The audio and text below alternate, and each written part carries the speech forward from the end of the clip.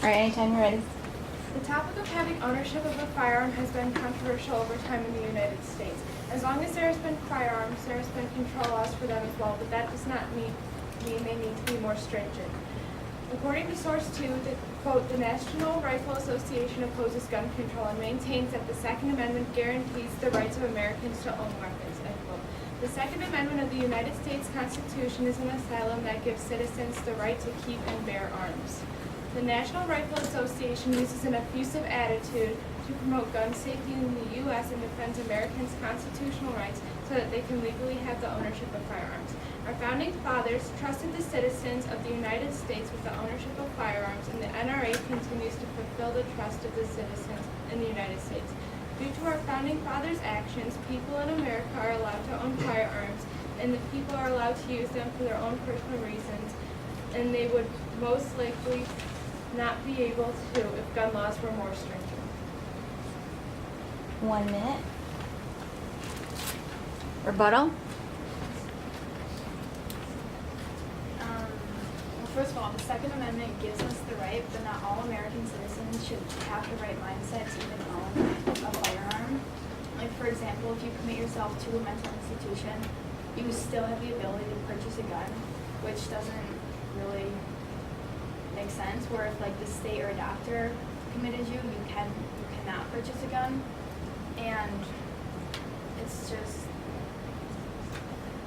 And the Second Amendment also applies to a well-regulated militia, not necessarily only individual people. All right, 35 seconds. Point 4, pro.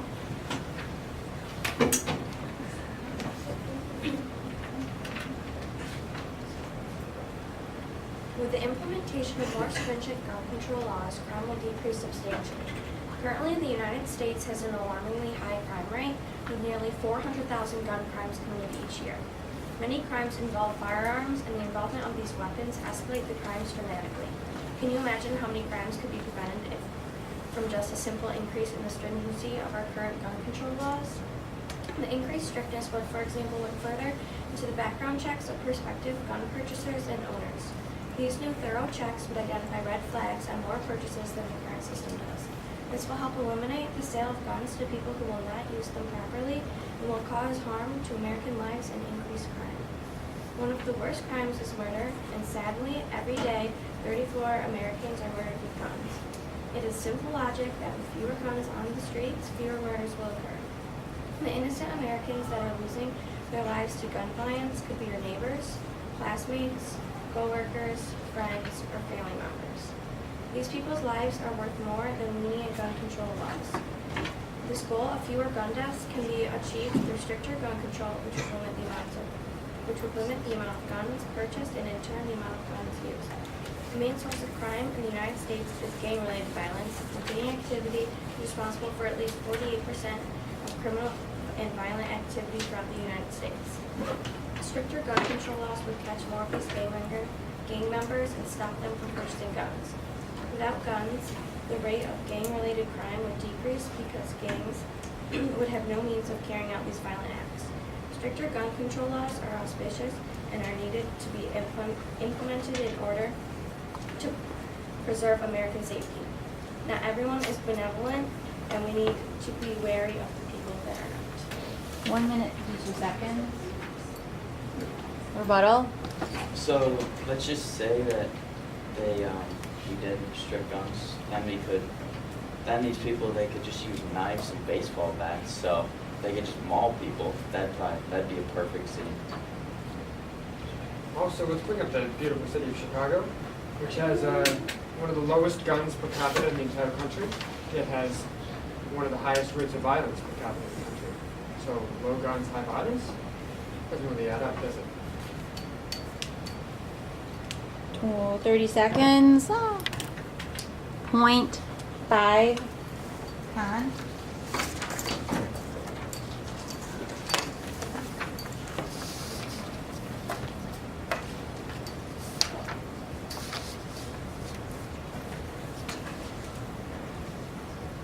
Controlling the sale of firearms is not just a problem in the United States. countries all over the world have attempted to ban the sale and even the possession of firearms within their borders. These countries that have attempted to instill these laws among their citizens have all met with utter failure and absolutely no change to the problems that they're facing. Let's start with the United Kingdom.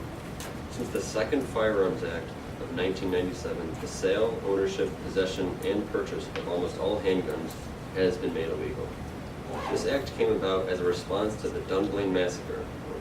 Thomas Hamilton, age 43, walked into an elementary school and shot 16 kids the age of 5 and under, and their teacher before taking his life in a seemingly frenetic craze. Yes, this was a tragic event, but was it the fault of the gun? Let's look over the facts. The year that this massacre occurred, the percentage of international homicide rates in the United Kingdom was 1.12 for every 100,000 people. The next year, it was 1.24. The year after that, it was 1.43, and in 2002, it rose all the way to 2.1 homicides for every 100,000 people. In Germany, a high school student initiated a rampage where he murdered 12 people and then drove off and shot many more before he was apprehended by the cops. The gun he was using was illegal in Germany, but would have been legal in the United States. He had to steal the gun to go out with his plan. As we can see, the banning of these firearms did not work for either of these countries, and in many cases made problems much worse than before. When the European Firearms Directive was enacted in 1972, the number of massacres in Germany went from 1 to 7, with a massacre even the same year in the installment of the new directive. So if these laws have failed for the other countries, then why should they work for the United States? Well, they won't. And as we can see from the 18th Amendment, the production, transport, and sale of alcohol was made illegal. Very few people expected the consequences to be what they turned out to be. Famous criminals came around, such as Al Capone, who were notoriously unbenign and ruthless with their tactics. He soon became extremely rich by controlling the importation of alcohol to entire cities. If we did the same with the guns, then the outcome could be much worse. Even scarier criminals could come around, controlling the flow of firearms into our cities and towns. The crimes committed by these people would be much deadlier than what were recorded during Prohibition. Plus, those who shoot for sport would be outraged. This is supported by Source Forward. The author states that criminal gangs are already engaging in criminal activity, meaning they have no problem breaking the law, as we can see from Prohibition. This helps to strengthen the major focus of this. Even if laws are put in place, there are still numerous factors that counteract the law to make the current situation even worse. Because of this, controlling the sale, ownership, possession, and purchase of firearms is bound to fail and should not even be attempted in the United States. 3 minutes. Rebuttal? There are actually countries that have had a lot of success from stricter gun laws, like Australia, Norway, and Japan. They have much lower murder rates than the United States. And stricter gun laws doesn't mean that guns have to be banned. It just means that people have to be more aware of the dangers of guns through better education, and that there needs to be stricter regulations on who owns them. And background checks too need to be more stringent because that can prevent 2 million firearms from being bought and ending up in the wrong hands of dangerous buyers, saving 2 million lives. 41 seconds. Last point, Pro.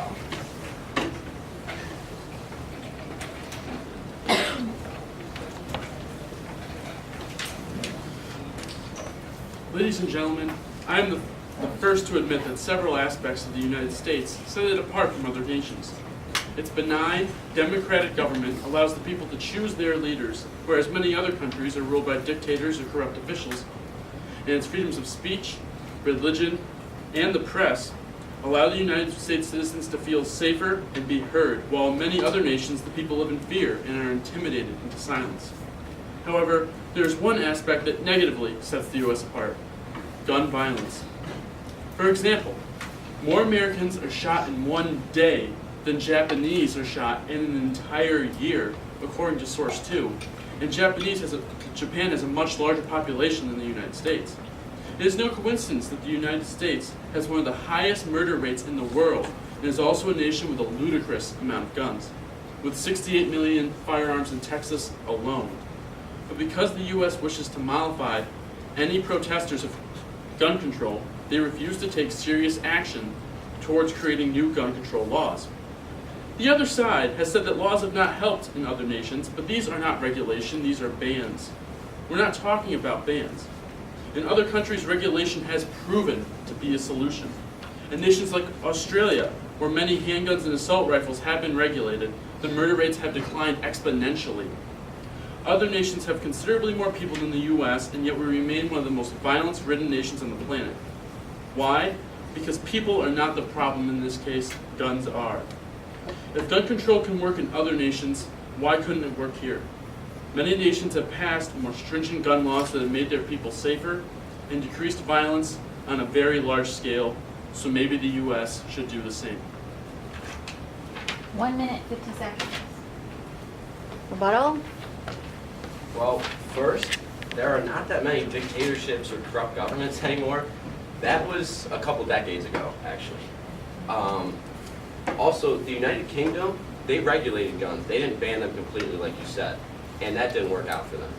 And we are pretty similar to them, culturally wise.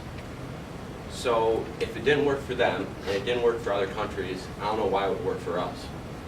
And you also said that guns are the problem, not people. I could leave my gun out on the porch for a whole day. It's not going to shoot anyone.